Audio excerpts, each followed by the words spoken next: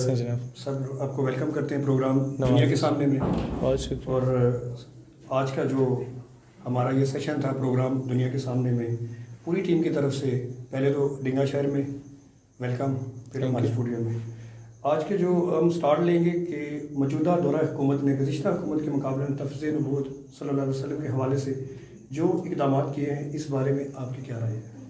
देखें, गवर्नमेंट का रोल कोई मनफी या मुस्बत पे मैं इतना कमेंट नहीं करना चाहता, लेकिन क्या किरदार अदा करना चाहिए इस पर ज़रूर मैं कहना चाहूँगा कि ये एक पॉलिटिकल पार्टी का मामला नहीं है, ये किसी एक आपकी रिलीजियस पार्टी का मामला नहीं है, ये पूरी उम्मत का मामला है।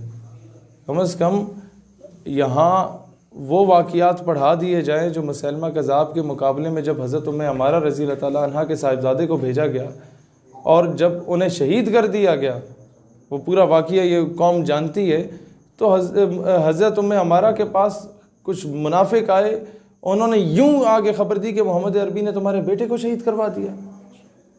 तो हज़रत उम्मे अमारा ने जवाब दिया था, ये कौम को पता होना चाहिए, हमारी गवर्नमेंट को ये बताना चाहिए कि जनाब हज़रत उम्मे अमारा ने तारीख़ी जवाब दिया कि वल्लाह मैंने इस दिन के लिए अपने बेटे को पैदा किया था। तो ये दर्स, ये काम गवर्नमेंट का है। और क्यों गवर्नमेंट का है? क्योंकि उस वक़्त सिद्दीक़ अकबर रज़ी अल्लाह तआला अन्हु ने मुसैलमा कज़्ज़ाब के ख़िलाफ़ ऐलान जिहाद किया था। उसकी सरकोबी के लिए जो लश्कर था वो रियासत ने भेजा था। तो it is the basic responsibility of this government to protect the ideological boundaries of Pakistan. और हमारा नज़रियाती बाउंड्रीज हज़ूर अलैहिस्सलाम की ज़ात से शुरू होकर वहीं पर ख़त्म होती हैं। उनकी ज़ात को, उनकी निस्बत को अगर निकाल दिया जाए तो पीछे इस मुल्क का क्या रहता है? उस नज़रिए की बुनियाद पे ये मुल्क बना, उस इश्क और उस तड़प की बुनियाद पे ये मुल्क बना। तो लिहाजा ख़त्म नबूवत सल्लल्लाहु अलैहि वसल्लम का मामला हो या नामूस रिसालत सल्लल्लाहु अलैहि वसल्लम का मामला हो, इस पे बहुत ज़्यादा हमें स्टैंड करने की ज़रूरत है और दबंग तरीके से स्टैंड करने की ज़रूरत है, किसी से डरे बगैर। और सिर्फ उलमा मशाइख का मामला नहीं है, पूरी मिलत का मामला है। हर महकमे, हर इदारे में मौजूद गुलामान मुस्तफ़ा करीम सल्लल्लाहु अलैहि वसल्लम अपना किरदार अदा करें। गवर्नमेंट हो या अपोजिशन हो, इससे बालातर होकर हमें अपना किरदार अदा करना चाहिए। माशाल्लाह, आपके जज्बात की कदर करते हैं सर। दूसरा सवाल मेरा आपसे ये है कि जैसा आप नौजवानों को लीड कर रहे हैं, नौजवान नस्ल में समाजी बुराइयाँ बहुत तेज़ी से बढ़ रही हैं, इसकी रोकथाम के लिए क्या ज़रूरी इक़दाम हैं? देखिए, मैं बहुत सिंपल सी बात बताता हूँ। People who are at the helm of affairs, people who are at the leading end, they are known as the role models of youth. मैं आपको एग्जाम्पल देता हूँ। जिस दिन आज से 3 साल पहले, 3 साल मुकम्मल नहीं हुए, 17 नवंबर को होंगे, जब मैंने हल्फ उठाया, तमाम तलबा तंजीमें जो बड़ी हैं उनकी लीडरशिप को इकट्ठा किया, उनकी क्रीम को इकट्ठा करके जब मैंने हल्फ उठाना था ना, तो हमारी स्टेट यूथ पार्लियामेंट की सदारत का हल्फ उठाते वक्त ये फ़ैसला करना था कि आया ख़वातीन विंग को लॉन्च किया जाए या ना किया जाए। तो मैंने इस चीज़ की हिमायत की कि यार लॉन्च करने की ज़रूरत है कि अगली नस्ल की तरबियत माँ बहन बेटी ने करनी होती है, अगली औरत ने करनी है अगली नस्ल की तरबियत। तो जब मैंने देखा कि यार पूरे पाकिस्तान से स्टूडेंट लीडर्स जो ख़वातीन आ रही हैं, अब एज फैक्टर इस तरह होता है 18 से 22-24 साल का कि कोई ना कोई बीच में आपको लोग नज़र आ जाते हैं जो किसी न किसी किस्म की ख़राबी का बायस बनते हैं। सबसे पहले उस पर किस तरह कंट्रोल किया जाएगा, मुझे उसका एहसास कब होगा? मैंने सबसे पहले अपनी वालदा को और फिर अपनी बहन को दावत दी कि आप आएँ। जब जो बंदा सदारत कर रहा है उसकी माँ बहन जहाँ मौजूद होना, तो लोगों की माँ बहन की इज़्ज़त ऑटोमेटिकली महफूज रहती है, नंबर 1। एंड नंबर 2, जो ख़वातीन हमारे उस तंजीम का हिस्सा बनी, उनको हम वर्बली दावत दिया करते थे, उनके वालिदैन को हम प्रॉपर लेटर्स लिखा करते थे, प्रॉपर हम उन्हें इन्विटेशन लेटर भेजते थे कि आपका आना ज़रूरी है, ताकि आपको पता चले कि your daughter is in the safe hand, she is not being misused like other political parties और other so called social parties. तो ये किरदार आपका माशरे में जो लोग लीड कर रहे होते हैं वो अदा कर सकते हैं। वो अपने आप को रोल मॉडल सेट करें, एक मॉडल सेट करेंगे तब आके लोग उन्हें फॉलो करेंगे। अगर हमारा तो ये बेहतर जानते हैं, तंजीम में बिल्कुल कोई खातून नज़र आए, नज़रें झुकाओ और बहन कह के बात करो, क्योंकि जनाब ये आइम्मा कराम ने कहा था, ज़िना कर्ज है, आंख का हो या किसी किस्म का हो, वो माँ बहन बीवी बेटी पे उतरता है। अपना किरदार स्ट्रॉन्ग करें। इसकी वजह क्या है सर?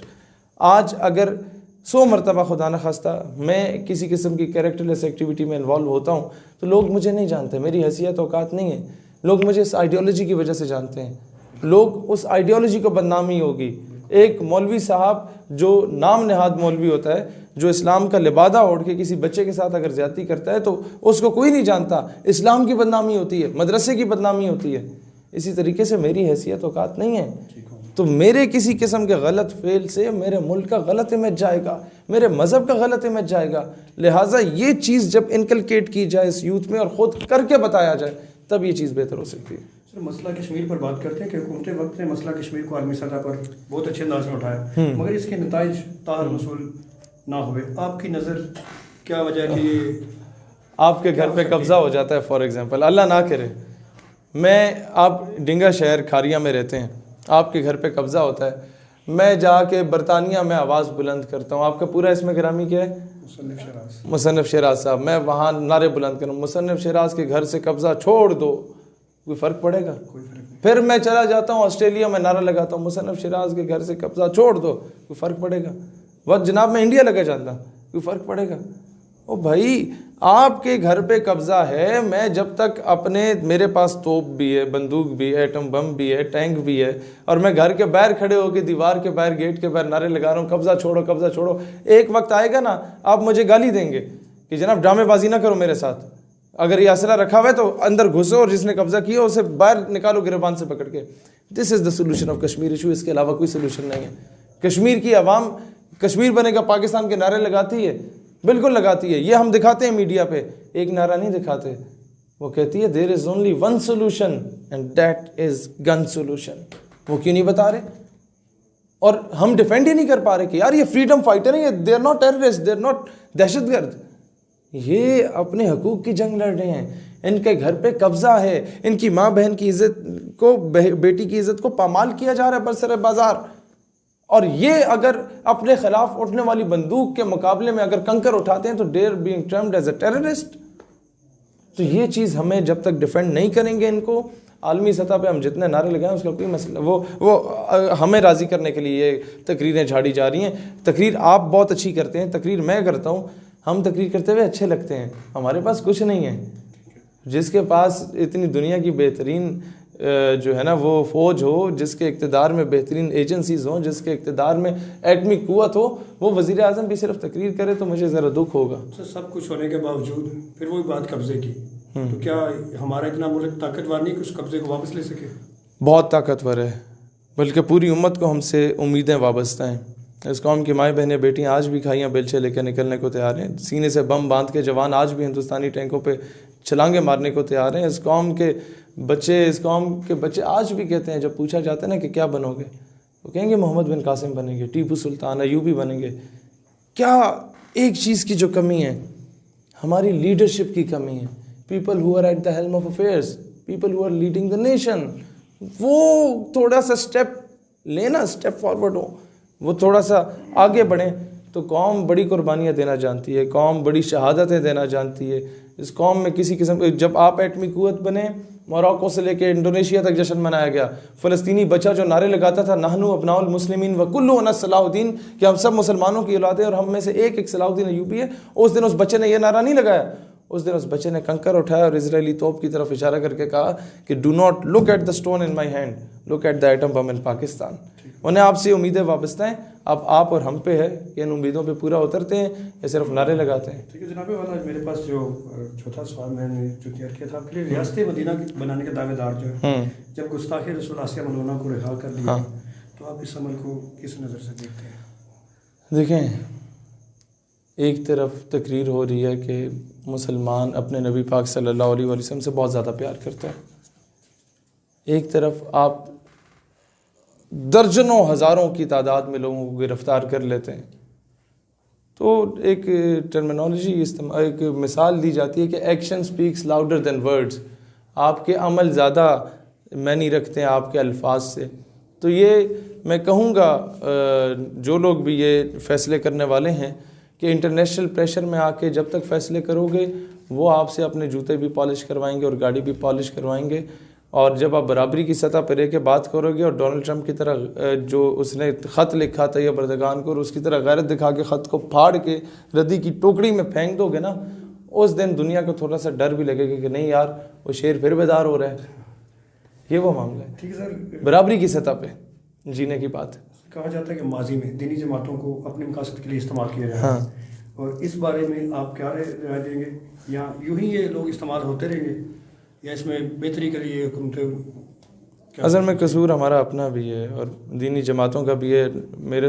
मैं बड़ा पसंद करता हूँ तमाम दीनी जमातों को कि कम अज़ कम ये इस पुरफितन दौर में कोई नज़रिए की बात कर रहे हैं, लेकिन मुझे दुख होता है कि जब इनकी जो टीम बी है, हर रिलीजियस पार्टी की जो टीम बी होती है ना, जो बड़े साहब के साथ वो चेले चापलूस फिर रहे होते हैं, चमचे वगैरह, वो उन्हें आगे बढ़ने नहीं देते। वो क्यों नहीं? और उस लीडर की भी ये गलती होती है कि वो सिर्फ उन चेलों की बात सुनता है। ओ जी फलाना बंदा एजेंसियां दा ऐसे कोल गल ना करो। वो चेला फिर आगे कहते ओ जी फलाना बंदा है, वो फलाने मसलक दा वो कुफर दा फतवा लग जाएगा, ए जी गल ना करो। तो ये बांट के रख दिया। क्यों बांट के रखा? कि अगर वो हजरत साहब ज़रा सा आगे जाएंगे तो चेले चापलूस की नौकरी ख़तरे में पड़ जाएगी। वो नौकरी ख़तरे में पड़ जाएगी तो वो चेला चापलूस की वो टू टाँ पू पा जो आगे पीछे होती है वो नहीं होगी, और जब वो नहीं होगी तो फिर वो बेचारे की रोज़ी रोटी मतलब वो लीडरी ख़त्म हो जाएगी। लेकिन अगर वो चेला चापलूस ठीक हो जाता है तो उसका लीडर भी तरक्की करेगा, दीनी जमात भी तरक्की करेगी, और जिस नज़रिए पे वो बनी वो नज़रिया भी तरक्की करेगा।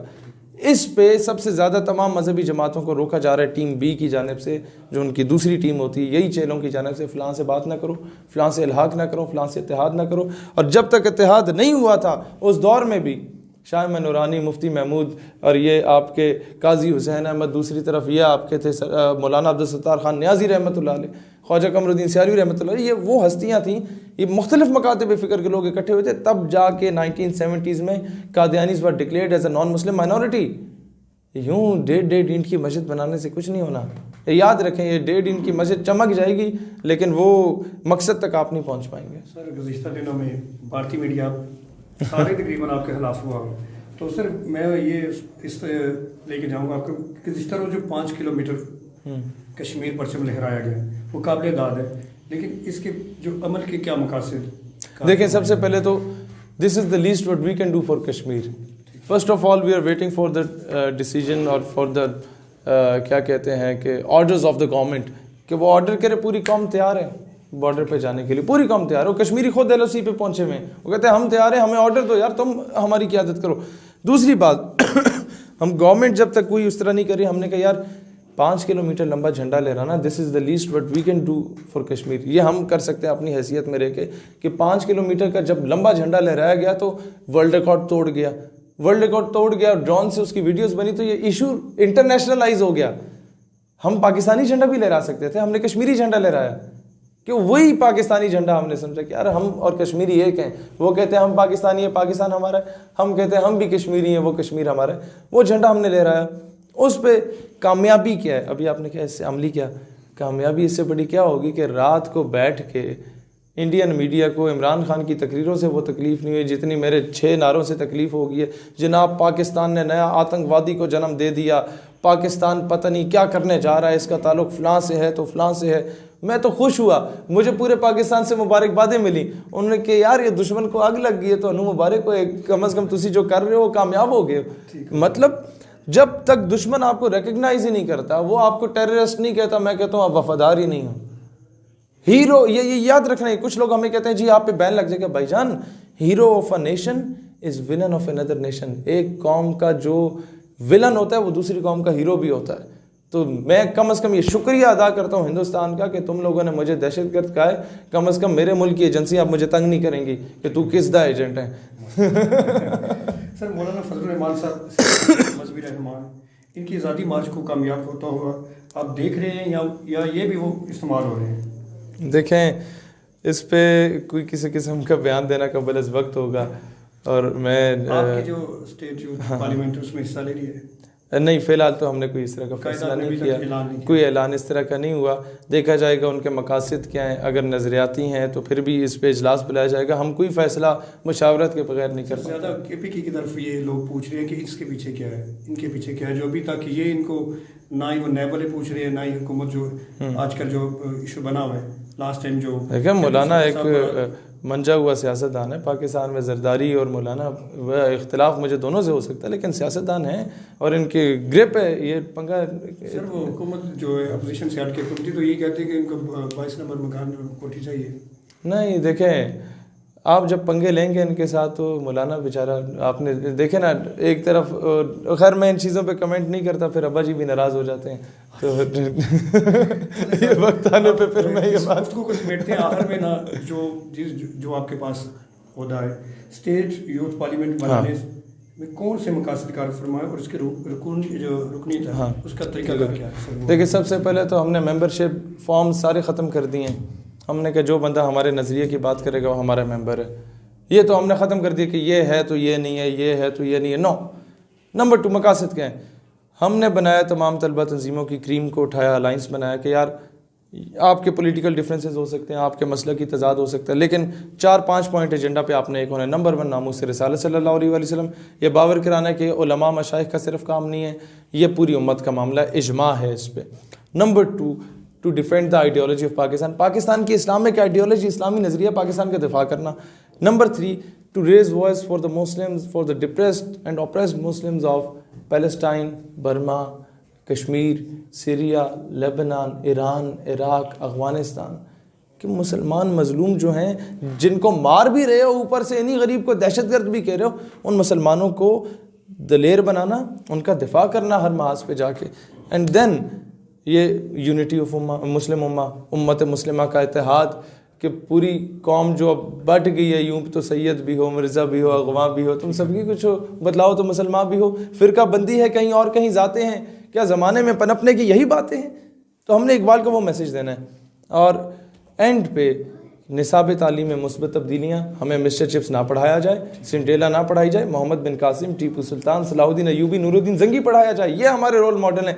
ये नीम बराना हालत में नाचने वाली औरतें, ये रोल मॉडल नहीं है जिन्हें आप मीडिया पे दिखा रहे होते और फिर नवाज भी देते हो ना। मैं खैर इस तरह की बातें नहीं करना। आपसे सवाल का ये लास्ट सेशन था, लेकिन आपके ये जवाब में मुझे एक सवाल याद आया। अभी आपने ये बात की है कि सर हुकूमत जो है, आज मैं एक सोशल पे एक और क्लिप देख रहा था, वो उससे ज़रा हट के कि सर महविश याद में ऐसी क्या चीज़ उन्हें खूबी देखी है जिसको तमगा इम्तियाज़ दिला दिया गया और अब औरतों का जो उसको एक नवाजा गया। और आज एक आगे देखिए, मैं तो उन्हें मुबारकबाद देता हूँ कि माशाल्लाह आपने अभी वुमेन राइट्स की आवाज़ उठानी है और आपने बड़े अच्छे माशाल्लाह करतब दिखाए थे जो यकीनन सदर मुमलिकत को बहुत पसंद आए होंगे और सदर मुमलिकत महजूज़ हुए होंगे, सदर मुमलिकत खुश हुए होंगे, उनका सीना चौड़ा हो गया होगा, तो उन्होंने इन्हें नवाज दिया। तो ये सदर मुमलिकत और इनके मामलात हैं। हम देखें थोड़ी सी बात करते हैं तो हमें फिर केसेस हम पे खुल जाते हैं कि जी आप हैरास करें, तो ख़वातीन के मामले को मैं छेड़ना नहीं चाहता, लेकिन मैं चाहता हूँ कि जनाब महविश हयात साहिबा का हो सकता है सुनने में आया कि कोई और सॉन्ग करने जा रही हैं, तो अगर कोई बुरा ना लगे तो तमगा जुर्रत भी दे दिया जाए इस तरह का कोई, क्योंकि देखिए पाकिस्तान का नाम रोशन हो रहा है ना आलमी दुनिया में, एक मुल्क जो कि इस्लाम के नाम पे बना, एक मुल्क जिसे आप रियासत मदीना कहते हैं, उसकी ख़वातीन इतनी अच्छी काम कर रही हैं, तो आपको इन्हें बड़े तमगों से नवाजना चाहिए। तो मैं बाजवा साहब नाराज़ हो जाते हैं, मैं उन्हें कहता हूँ इन्हें एक निशान हैदर भी दे दो। मुझे दुख होता है कि आपके फ़ौजी जब बॉर्डर पे अपने जिस्मों पे गोलियां खा के, अपने पाँव कटवा के, बाजू कटवा के, सीने पे गोली खा के जब उन्हें तमगा अनाउंस किया जाता है और वो जिस सफ़ में खड़े होते हैं सदर मुमलिकत से तमगा लेने के लिए, उसी सफ़ में आप किसको खड़ा करते हैं? क्या उस फौजी का दिल करेगा कि वो तमगा ले? उसे आप किस कैटेगरी में डाल रहे हैं? तो ये समझदार के लिए इशारा काफ़ी है। मैं महविश हयात साहिबा को कहता हूँ आपको अल्लाह तरक्की दे, लेकिन ये कि हुकूमत, मैं इनके उस पर नहीं जाऊँगा कि इनको यह करना चाहिए या नहीं करना चाहिए, उनसे तो मुझे एतराज़ ही नहीं है। एतराज़ गवर्नमेंट की प्रायोरिटीज़ पे है कि सर कश्मीर की बहन बेटी के साथ क्या हो रहा है और आप यहाँ पर किन चीज़ों को इम्पोर्टेंस दे रहे हैं। तो ये चीज़ें कौम को समझनी चाहिए कि जनाब ये रियासत मदीना बन गई है और यह आपके हाकिम वक्त के जो है ना वो क्या कहते हैं रंग रलियों में पड़े हुए हैं। मुझे तो ये वही जनरल याहिया और जनरल टिक्का खान का दौर याद आ गया है कि और भुट्टो साहब का भी दौर याद आ गया है। तो वहाँ बांग्लादेश आज़ाद हो रहा था और मैं नहीं कहना चाहता कि यहाँ ये लोग क्या हरकतों में मुलव्वस थे। तो यही कुछ आज हो रहा है कि वहाँ कश्मीर कट रहा है, हमारा बाजू कट चुका है, आई एम सॉरी टू से कट चुका है, और आज ये किन चीज़ों में पड़े हुए हैं। बहुत शुक्रिया। मैं आज के प्रोग्राम का इख्तिताम इस इशारे से करूँगा कि मोहम्मद से वफा तूने तो हम तेरे हैं। कि मोहम्मद से वफ़ा तूने तो हम तेरे हैं, ये जहाँ चीज़ क्या है लहो कलम तेरे हैं। हम जनाब मोहतरम शहीद सियालवी साहब का बहुत शुक्रिया अदा करते हैं तो उन्होंने आज हमारे प्रोग्राम दुनिया के सामने में आकर हमारी इज़्ज़त अफ़ज़ाई की। बहुत शुक्रिया। अल्लाह आपको खुश पाइंदाबाद। बहुत शुक्रिया, जज़ाकल्लाह खैर।